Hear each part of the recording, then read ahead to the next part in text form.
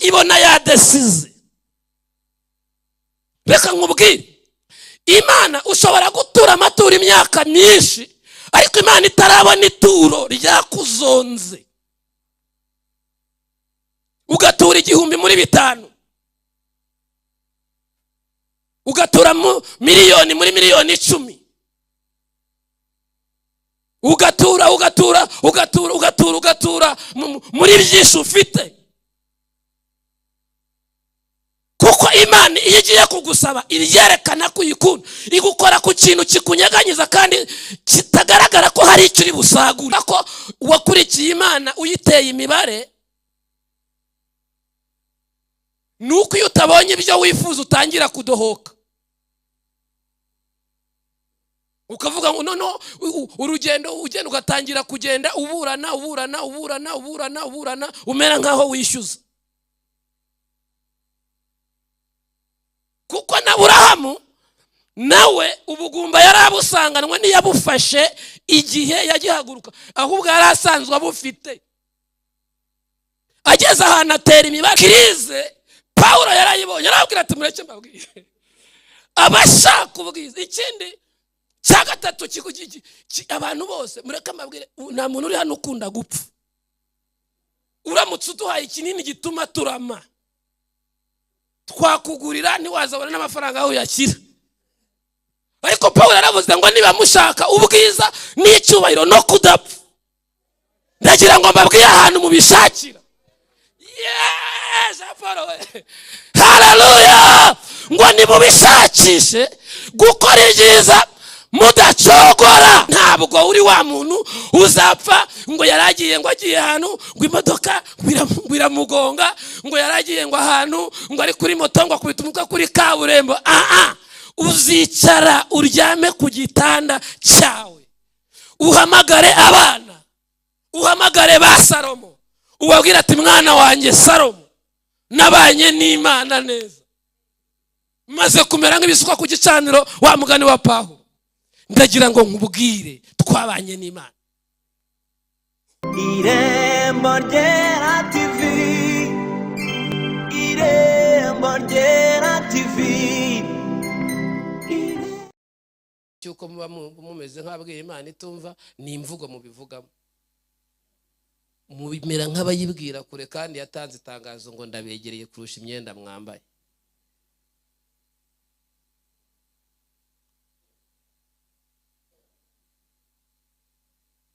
Aburahamu yakoze urugendo ava muri Uri y'Abakaludaya ariko atarakora ku mutima w'Imana. Aragenda, arahaguruka, arahimuka, atera intambwe, yumvira Imana uko yayumviraga, ariko yari ataragera ahantu ayikoraho ngo yumve ko yayikozeho.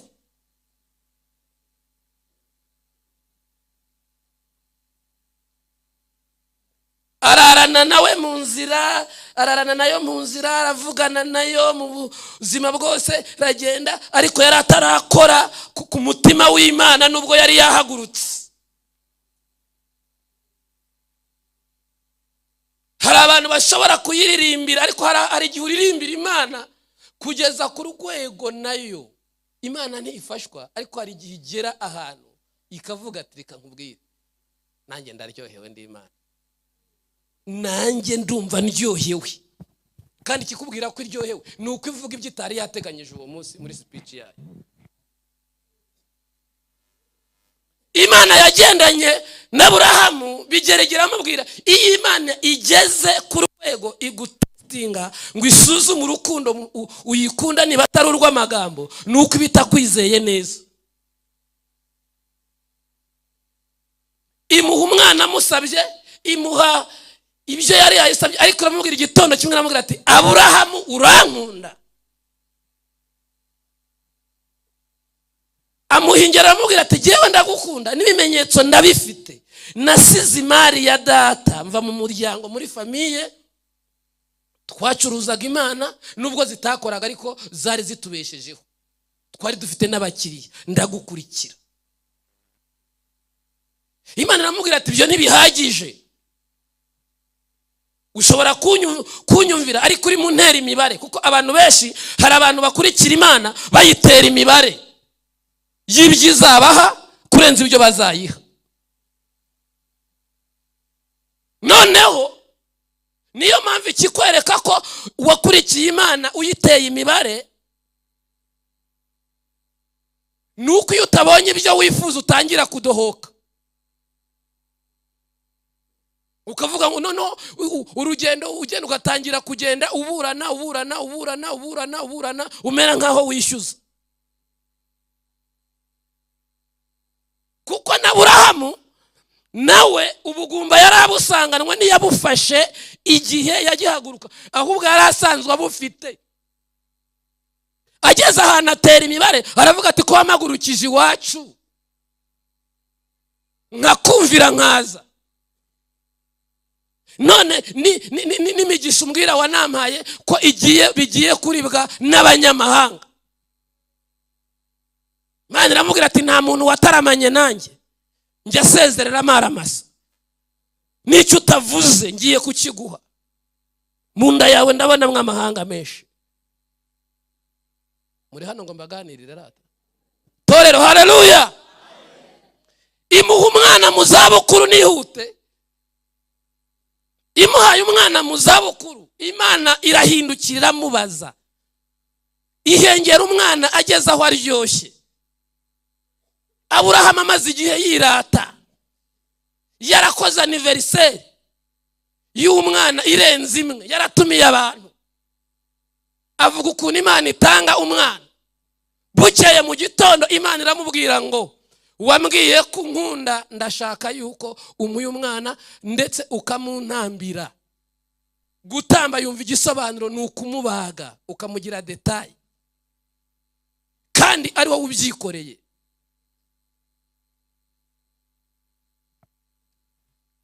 Aburahamu aratekereza aravuga ati reka nkubwire. Umugabo we aravuga ati hari ikintu kitanteranya n'Imana, na mbere ntaramubona nari mbayeho. Nta kintu wasaba Mana ngo nyikwime. Afata umwana aramushorera, aramujyana, amugeza ku musozi Moriya aho yagombaga kumutambira. Kandi Imana ibona yadesize. Reka nkubwire, Imana ushobora gutura amaturo imyaka myinshi, ariko Imana itarabona ituro ryakuzonze. Ugatura 1,000 muri 5, ugatura miliyoni muri miliyoni 10, ugatura muri byinshi ufite. Kuko Imana iyo igiye kugusaba iryerekana ko uyikunda, igukora ku kintu kikunyaganyiza kandi kitagaragara ko hari icyo uri busaguri, cyo wari ucungiyeho amakiriro.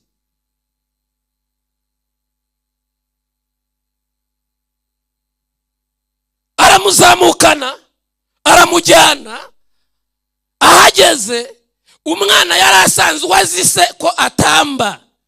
Bari mu nzira abona se hari ibikoresho yibagiwe.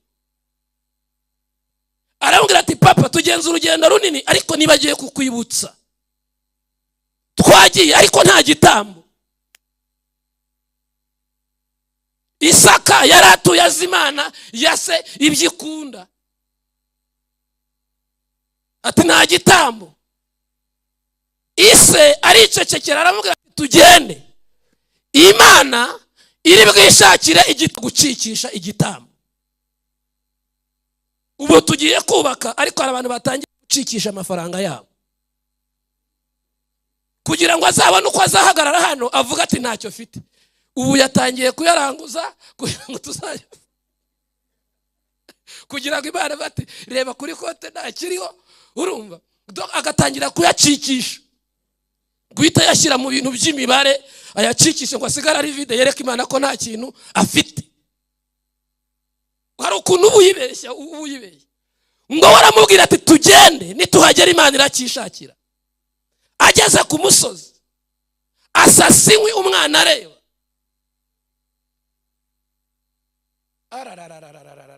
ubuse mbabwira aka kantu ko guheza abagaragu ukazamukana igitambo. Guheza abagaragu ukazamukana igitambo, ndagira ngo nkubwire gukora icyiza gikora ku mutima w'Imana kigatera Imana gukora. Imana ikumvira ryohewe. Ntabwo Imana yagira gute izaryoherwa n'umuziki wasanze hano ukawucuranga ukawunyeganyega. Birya byo no kwishyushya ariko bitari bibi, twese bigira icyo bikora muri twe, kuko nanjye ndanyeganyega. Hari abantu nasuye hano, oya ntagara reka nvugira handi, none bati hari umucuranzi uri kutwaka amafaranga. Ndavuga ariko twarawukosomye umuziki, twese twarahuriye, yaracuranze turagekagiga, tugomba kuyishyura. Ni kuki mutaye amaso nimwanyegagize? Ini nanjye atirese we niwanyeganyize nawe nanjye nzabatwerera basi, ariko wivuga yuko utabiriye. Ivuga ko utaburiye buriya nubwo tugura ibyuma hano ugasanga twabihindiye muri korari, ariko nawe wa muziki wawe ucuranze ntago uvuga ngo ndasigara nicaye se nawishyuye. Nawe uranyeganyega, nawe uba wawukosomye, uba wawukosomye, nawe ntabwo utawuriye. Aburahamu aragenda aheza abagaragu. Hari ibintu tukwiriye kubanza guheza by'imyumvire n'abadayimoni b'imicantege n'abandi badutangira amakuru batazi uko Imana yacu itambirwa. Iyo barya abagaragu bamenya ko ari umwana ari butambe, bari kumuca intege cyangwa bakamufata ati reka ntukabura ubwenge. Niyo mpamvu mu kiganiro ukorana n'Imana ugikorana n'Imana wenyine, ukazamuka wenyine, ukavugana n'Imana wenyine, kuko ni wowe. Iyo ugiye kubiganira biba byapfuye, bo wabigisha. Zamuka ku musozi, yasinkwi, akora amabuye, akora ibyago yagombaga gukora mu buryo bwo gutamba buri ngombwa, arabikora, arabitunganya, agira gute, abwira umwana aratungurwa, abona se aramuhindutse, aramubwira ati ni wowe ngiye gutamba. Aramuhambira, umwana ntiyatera imigeri, ariko akabaza papa ati ariko se urabikora? Ati ni Imana yanjye yakunyatse. Urumva uri bubikore? Aramuhambira, aranoza, atereka ku gitambo, azana inkota. Umwana areba, aravuga ati yewe nabanye n'Imana sinzapfa nayo ubusa, nibigeze ku rwego turakundanye birangiye ikunyatse, sinkwimana. Hari abantu bazi gukundana n'Imana bakavuga ati bagakuraho n'impamvu, bakavuga ati twarabanye wa Mana we, nubwo wanyaka igikomeye ndagikora, sishaka ko hazazamo igitotsi cyanjye nawe. Kuko yarabaza aravuga ati urugendo nakoze nkava muri Uriya Bakarudaya nkagenda gute, nkaba muri Burende sizinzi wacu, nkagira gute nkagukurikira, ikinyatse nacyo ni gito ndagikora. Ngo Imana irebe mu mutima ibona umuntu yamaramaje, ngo azamura inkota. Imana nayo birayirya. Niba yarashishiye mu ijoro avuga ati kuva nabaho mbonye umuntu. Nakubwiye ni twese dutanga amaturo, turatura, ariko ntawe utura icyo asigaranye. Utura 500 muri 5, 5 muri 2, uzi ko ari ibyo usigaranye. Ariko uyuwe umwana atanze, yibuke ko nta yandi mahirwe, wenda agiye wamunya ko ko sinamuguha, ariko naryerekereza nkavuga ni Rasheli aracyabyara. Ni wenda n'umujyana urashyiriramo imiyaga Mana ndare wenda mbyaye impanga. Ariko uwo yaratanzwe byari byararangiye, bari bazi kwinda yogeje birangiye. Nutanga ibigusagutse ntabwo bizabakora ku mutima w'Imana. Kora ikintu gito gikora ku mutima w'Imana. Habe na wa mwanya wawe ujye utanga, ujye ugira gutya, burya ukora ku mutima w'Imana bitewe kuko hari n'undi hari kuko hari abantu bashobora kuzana umwanya muri repetition basaguye batabaze mu myanya bagomba kugira gute gutanga. Hari n'abandi bashobora kuvuga ati tugiye gusenga kuwa gatanu twirigwemo, ariko kuko adafite aho ari bugi bigaragara ko ntacyo yishe. Kujya gusenga rero bikora ku mutima w'Imana ni ukugira icyo bawishe, ariko simbabwiye ngo mwice akazi kabandi, ariko ni ukuvuga hari ibyo kuko wenda watse n'agahushya bigaragara ko icyo kintu wakigiriye mwene uwo muntu kandi wakoze gutyo. Iyo yaje arafashwa yumva Imana vuba, ntabwo aza amateraniro ngo akiritike kuko yaje afite intego. Ariko hari abandi baba bameze nk'abakonari. Abakonari ni abantu muri kaminuza, abantu babaye muri kaminuza i Butare barabizi. Bari abantu bakundaga kwiyicarira muri odi hariya bakajya bakomera bagira gutera abantu badafite discipline ukuntu. Rero wa muntu udafashwa ahubwo akajya mu kuverifia aba yibereye nk'umukonari kubera ko umwanya yazanye n'uwipfa busa n'ubundi, niyo mpamvu atari kubyaza umusaruro. Nkaba utuko wari uri hariya Pawulo ari kubwiriza ari no kumva resenare, hari kumva resenare. Uzi ko hari abantu tujya tubwiriza ukabona yicayemo hariya ariko afite n'akaye kuteri mu matwi, ariko nawe uzi no gukotorora,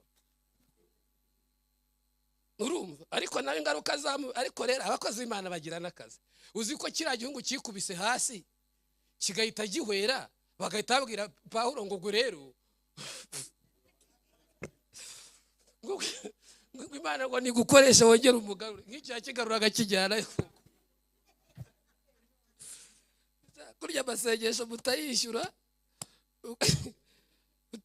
ngo bayisabuza liberati rero muzuri aramusengera ngo arongera aragaruka. Utuko azatubwira ukuntu yaje kwihana agahita amaramaza muri uriya bwanya nawe yaragize. Hanyuma azamutse aramujyana, agiye kumutera icyuma kimanutse yumva ijwi. Yumvise ijwi yambwira ngo Aburahamu asa naho yikanga, ariko yari yamaramaje. Iramubwira uti wikwica umwana wawe.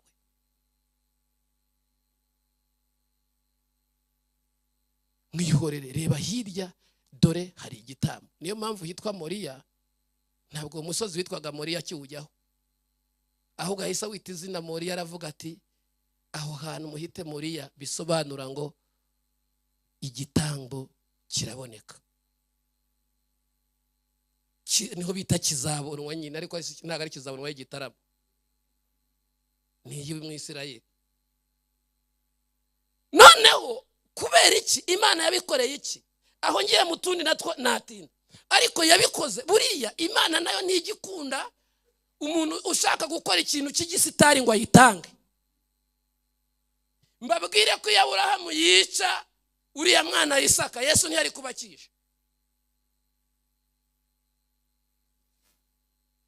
Mugiye mu kibitekerezaho ni mwe mubyumva,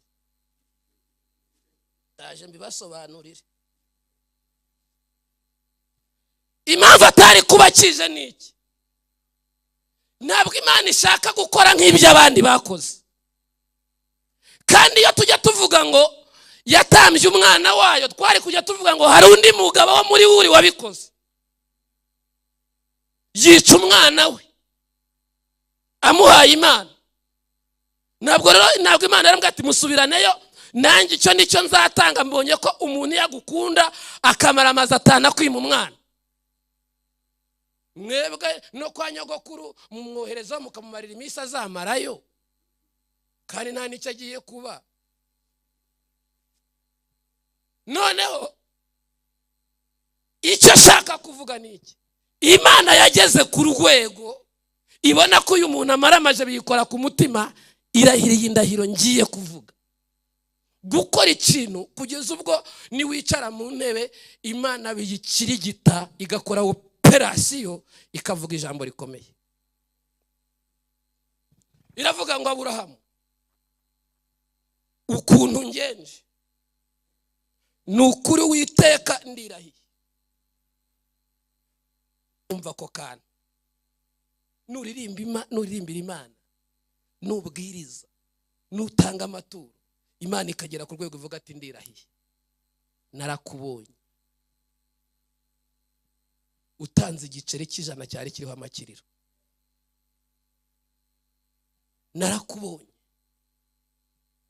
Unyubakira inzu yanjye, ndirahiye. Imana iramubwira ati kuko ndirahiye no kukugwiza nzakugwiza. Warumbibyemo bikeya ariko jyewe nzaguhindura nk'umucanga wo ku nyanja, nzaguhindura nk'inyenyeri zo mu kirere. Ikindi cya kabiri, reka nkubwire, bitagombeye ibinyamakuru, bitagombeye media, nta televiziyo, nzamamaza izina ryawe kandi rigere kure. Twese tuvuge ngo amen. Pawulo yagaragaje ishusho ishobora kukugira umusitari mu rwego rw'isi. Yaravuze ngo ikintu cya mbere, ukoze ibyiza, gukora ibyiza ukagera ku rwego wemera. Yaravuze ngo abashaka ubwiza, murabizi nicyo kintu gihenze, gitwara amafaranga menshi, gitwara ikintu bita ubwiza mw'uyu mujyi no mw'iyi si kirahenze. Nushaka kumenya ukuntu gihenze, uzajye muri cya cyumba umudamu yisigiramo wawe, urebe ubucupa bw'amavuta buhari, ububaza ubwo yakoresha mu mwaka. Mwashinga harya bya bintu bicuruza amavuta byita ngo iki, ya maduka acuruza amashopu y'amavuta, sinzi uko bayita. Urumva kuko ushobora ujya aho umudamu yisigira ukasanga ubucupa ubugufi nubwo bucwindigiri n'ibyo byose gutyo, ugasa wewe ni ikintu bita, ikintu cyita ubwiza ni ikintu gihenda. Uri murabyumva? Ku buryo kugira ngo abure amavuta, umunyu mwawubura. Nta bize wakora itarimo amavuta y'umugore ngo mukiranuke. Kubera iki? Ubwiza burahenze. Ikindi cyagaragaye ko kiri ku rwego rwo hejuru, umugabo naho yabaresha na metero imwe ngo akunda ikintu bita icyubahiro. Ngo abashaka kuba wabyatari yagenda araramye ni yariwe yicaye muri ya ntebe yaguze ihenze, kuko hari intebe bicara mu bagatebera umugabo ukamubura, ariko ntatinya kuvuga ko ari iwe. Ikikwereka ko kandi yabikabije, aba yicaranye telekomande ya televiziyo kandi ntanagaragara.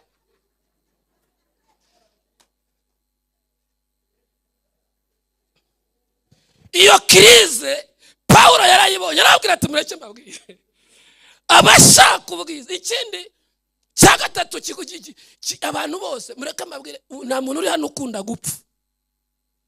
Uramutse uduhaye ikinini gituma turama, twakugurira ntiwazabona n'amafaranga aho uyashyira. Ariko Pawulo yaravuze ngo niba mushaka ubwiza n'icyubahiro no kudapfa, ndagira ngo mbabwire ahantu mubishakira. Yes, Apollo. Hallelujah. Ngo nimubishakishe gukora ibyiza mudacogora, ngo mwene abo bantu Imana izabitura ubugingo bugize gute, buhoraho. Tera hallelujah. Gukora icyiza kigakora ku mutima w'Imana, kigatera Imana gukora. Imana irirahira iramubwira ati kandi Aburahamu ndabizi abantu barashyuha kubera ibintu nkoreye, ndagira ngo nkubakeho radari kurinda ikintu bita umuvumo. Impamvu bikigufata bakikuva bikavumika, hari igitaramo utari wakorana n'Imana ngo kubakeho radari zirinda imivumo. Iramubwira ati umuntu uzagerageza kukuvuma, ntuzatakaza umwanya usubira inyuma ngo umwiyame, nzakwereka je nzakavuma. Ya data we, ati nzamuvuma abone ko ndi Imana ivuma. Kubera iki? Urabizi Gahina kimara kwica Abeli, nta polisi zari zihari. Imana niyo yiyiziye muri peve. Yaravuga ati hari uwo wishe ugira ngo wishe nk'abandi bose, ariko ituro rya Beri ryankoze ku mutima, ninjye wiyiziye mu kibazo. Ndagira ngo ukorera Imana kugeza uburyo uba muri karitsiye Imana ikahicara ikabwira ati reka muzapime abandi bagwa abagenzi uko ushaka, ariko uyuhe mumurebe mwirebe. Ngo Imana yise imubwira ati reka wishe umuntu, njyewe ngiye kukuvuma nk'Imana. Wishe umuntu utari uwo kwicwa. Ngo imuvuma umwuka w'uruzerero, niwo mwuka wabicanyi uba ku bantu babicanyi bose. Nta mwicanyi ujya ubiwe apfa umugenda. Na Kayini ngo yarinze asaza apfa, yirukanka ajya ava mu gihugu ajya mu kindi, ava mu gihugu ajya mu kindi, ava mu gihugu ajya mu kindi, ava mu gihugu ajya mu kindi, ahorana ikintu bita ikikango. Ni umuvumo w'abicanyi, ni umuvumo Imana yavumye abantu babicanyi bica amaraso y'abatariho urubanza. Ntacyo wakora. Umwene uwo muntu agendana ubwoba, nugenda batarabimenya akagenda yambaye ibifime byo kwiyoboranya, ariko ntajya atuza, ahora asimbagurika, asimburanya karitsiye. Umuvumo Imana yavumye abantu babicanyi. Iramubwira ngo Kayini wowe jewe sinkwishe nk'Imana, ariko sinanakubabariye, ariko ndakuvumye uruzerero. Ego umuvumo mubi we, zikabwo wanyica bikarangira.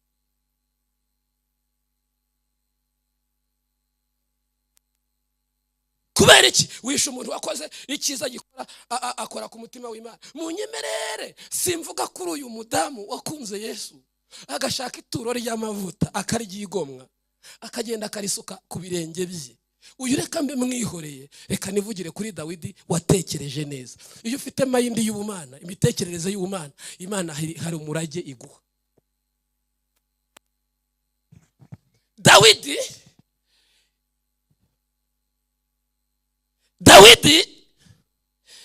niwe muntu wabanye n'Imana, arebye Imana ibyo yakoze bimukora ku mutima, abura uko ayigabira. Aravuga ati nukuri kw'Imana, ngo Imana imuhaye ihumura impande zose.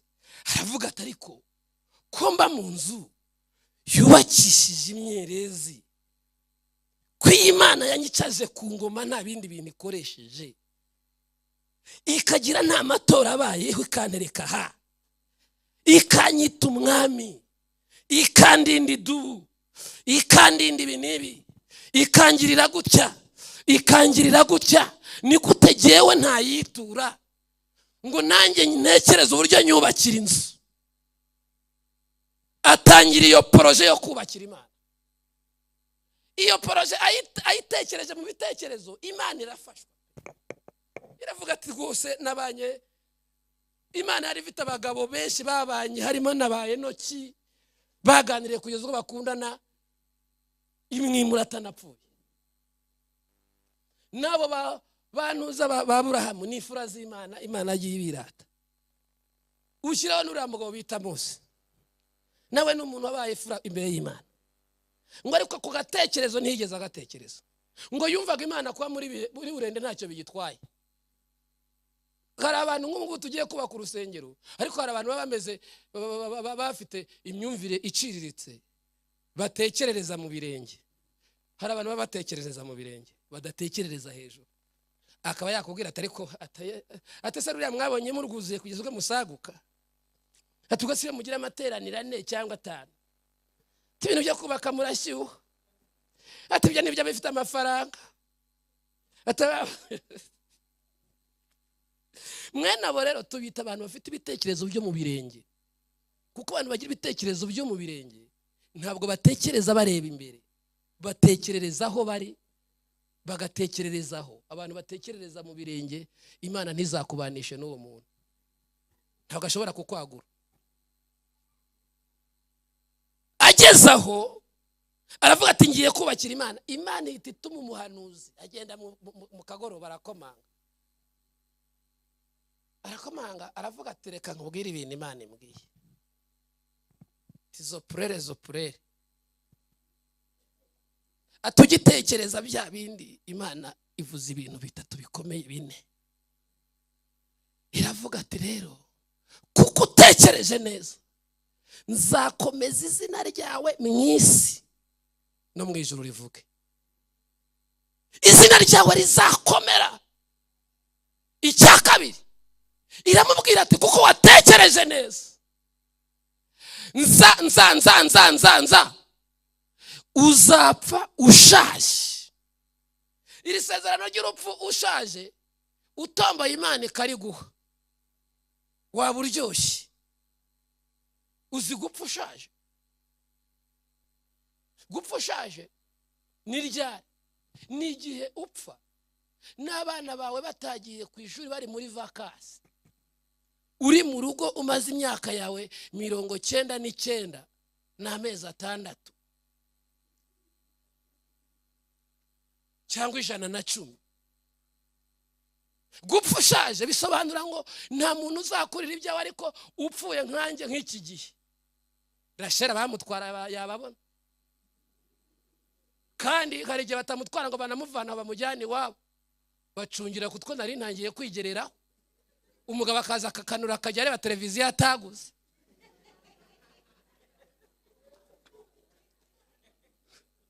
Akajya areba iki ataguze. Waba ufite imodoka nka Japo, hari umuntu uhita uyigendamo kandi izo funguzo ntazisubiza, ahita aza akayizamo za nzu zawe zose. Gupfa ushaje birasobanura ngo abana bawe baba bamaze gukura ku buryo urugo rwawe rufite ingabo nta waruvogera. Gupfa ushaje birasobanuye ngo ntabwo usaza ngo umugore nawe asigara ari inkumi, nawe abashaje kugeza ku rwego atateretwa, amaze kumera nka Pawulo ibisuka ku gicaniro. Ariko agenda uburebe ukuntu bazaza kumuhoza, akibuka n'ukuntu ibintu ndabizi. Harabwo abagabo benda kumera nkanjye badashyuha ibintu by'amaniversary babijya basanze umugore yabikoze, ariko ibyo gura amakeke ntiwayibonera umwanya. Uwo uzaza kuko azi weakness zawe azaza azanye keke, azajya bikora buri munsi. Abizana se muyo yashoye, muyo yakoreye, ni muyo bamuhaye arya yawe.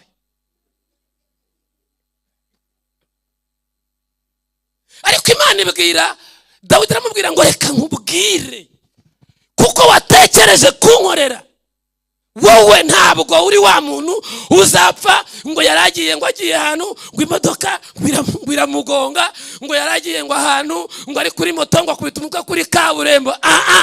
Uzicara uryame ku gitanda cyawe, uhamagare abana, uhamagare ba Salomo, ubabwira ati mwana wanjye Salomo, nabanye n'Imana neza, maze kumera nk'ibisuka ku gicaniro, wa mugani wa Pawulo. Ndagira ngo nkubwire twabanye n'Imana. Imana ikurinde urupfu rw'igikenya mu izina rya Yesu. Gupfa ukenyutse ntabwo ari umurage w'abera. Simvuze ko mutazapfa, simvuze ko n'upfuye afite irindwa atajya mu ijuru, ariko Imana yaguhagije uburame ko kubaho kwawe bitayibangamiye. Kandi hari n'abo Imana itaramisha ibizi ko imbere mwayitenguha. Ariko gera ku rwego Imana ikwizereremo imishinga yayo ikurimo n'ibyo utekereza. Imana kuguhakurama yumve nta kibazo ifite. Ikindi cya gatatu yaramubwiye ngo uzarinda upfa nta muntu uguteye ngo agutsinde, nta muntu uzagutera. Yakoresha umuheto, yakoresha iki, yaba ari inshuti y'Abarusiya, yaba ari yahehe. Ndagira ngo nkubwire umuntu Imana yahaye isezerano y'uko atazatsindwa. Bagukorera inama, bagakora amakuru, bagakora iki, bakaginekereza, bagakora iki, bakagenda bagafarisifiya impapuro mpimbano ibindi ngo bakugenze uko ushaka, bikarangira n'ubundi ukibagenda hejuru, bikarangira ugikomeye. Kubera iki? Wowe imitekerereze yawe iri mu Imana. Torero, haleluya. Icyakane ni uburyo Imana itegura uburyo bwo kuzungura ibyawe.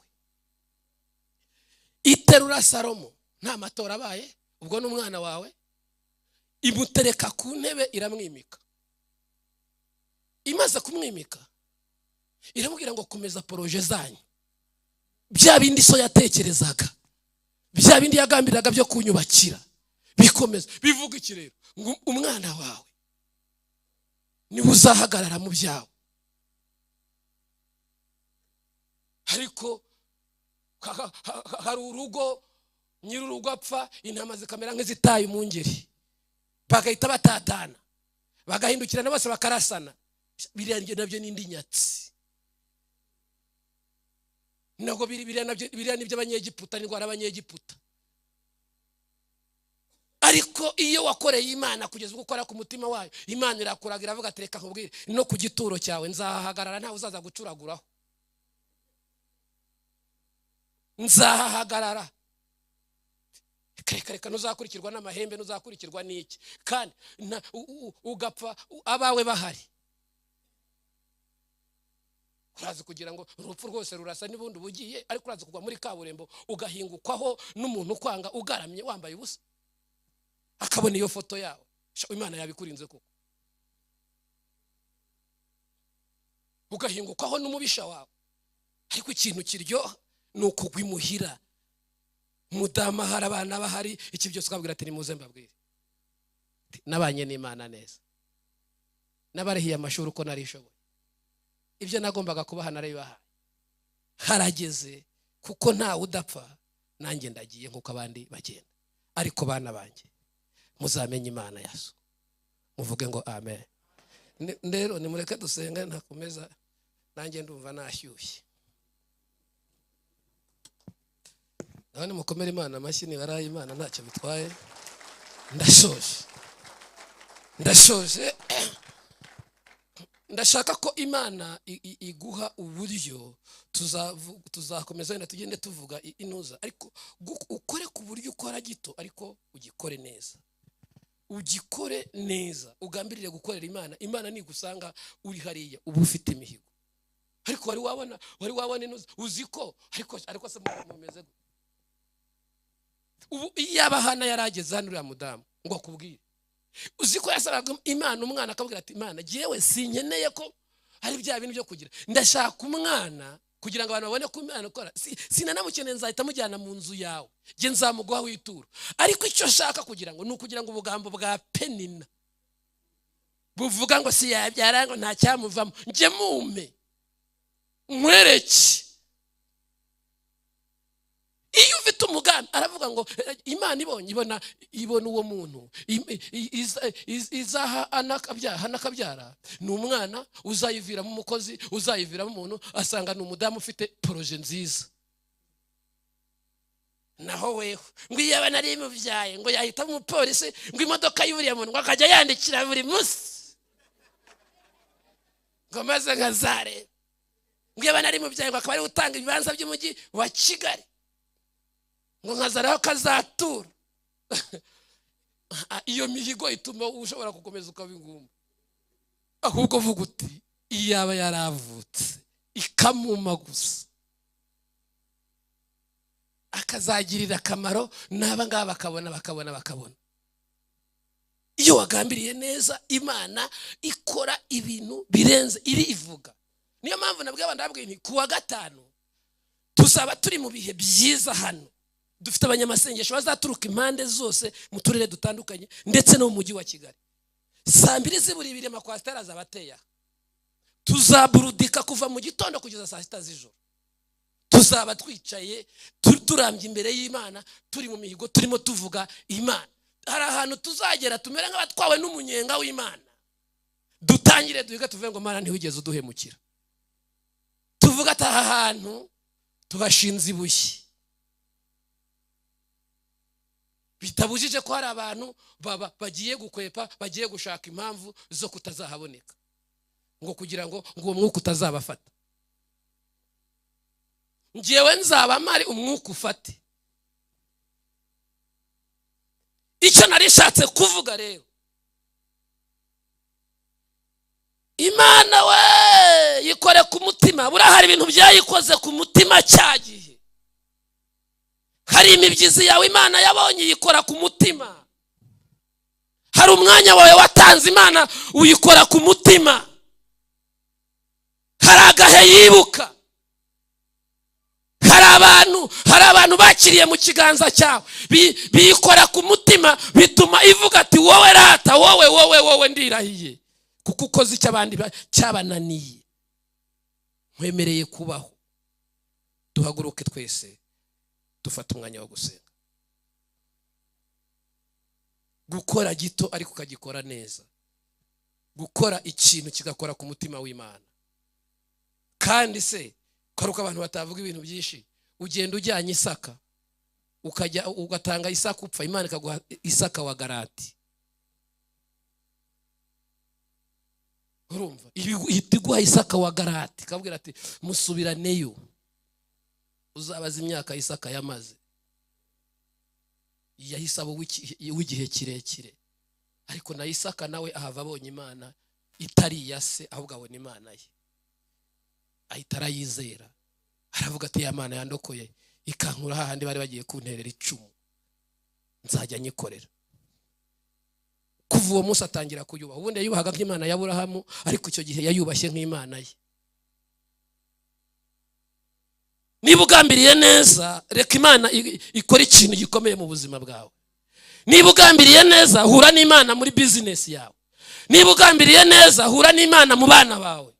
Bagiye ku ishuri, ibaraga umurage wo gutera imbere. Ikubwira ati kubw'iki kintu unkoreye, abana bawe ntibazabaho hasi, bazabaho hejuru. Mbahaye ubwenge, mbahaye imbaraga, mbahaye gukomera, bazaba abagabo, amaso yawe azabibona. Uzakikira abuzukuru, uzabona abuzukuruza, uzabona ubuvivi, uzarama. Naho hazi ibyica, naho hazi ibiza, naho hazi ibyago byose, muri byo yaravuze ngo ndamahoro. Akira kurama kukugambiriye gukorera Imana by'igihe kirekire. Ababyizeye mu byakire mu izina rya Yesu Kristo, amen. Ndagira ngo n'ubundi dusabe Mushumba Ruyenza atambuka dusengere, atwingingira Imana, hanyuma igihe cyacu nacyo cyaduhaye amategeko. Abakijijwe, abizeye mwese, Imana ibagirire neza, amen. Rambura ikiganza cyawe cy'iburyo maze dusenge Imana. Mana turagushimiye, uri mwiza cyane. Irembo ryera TV, irembo ryera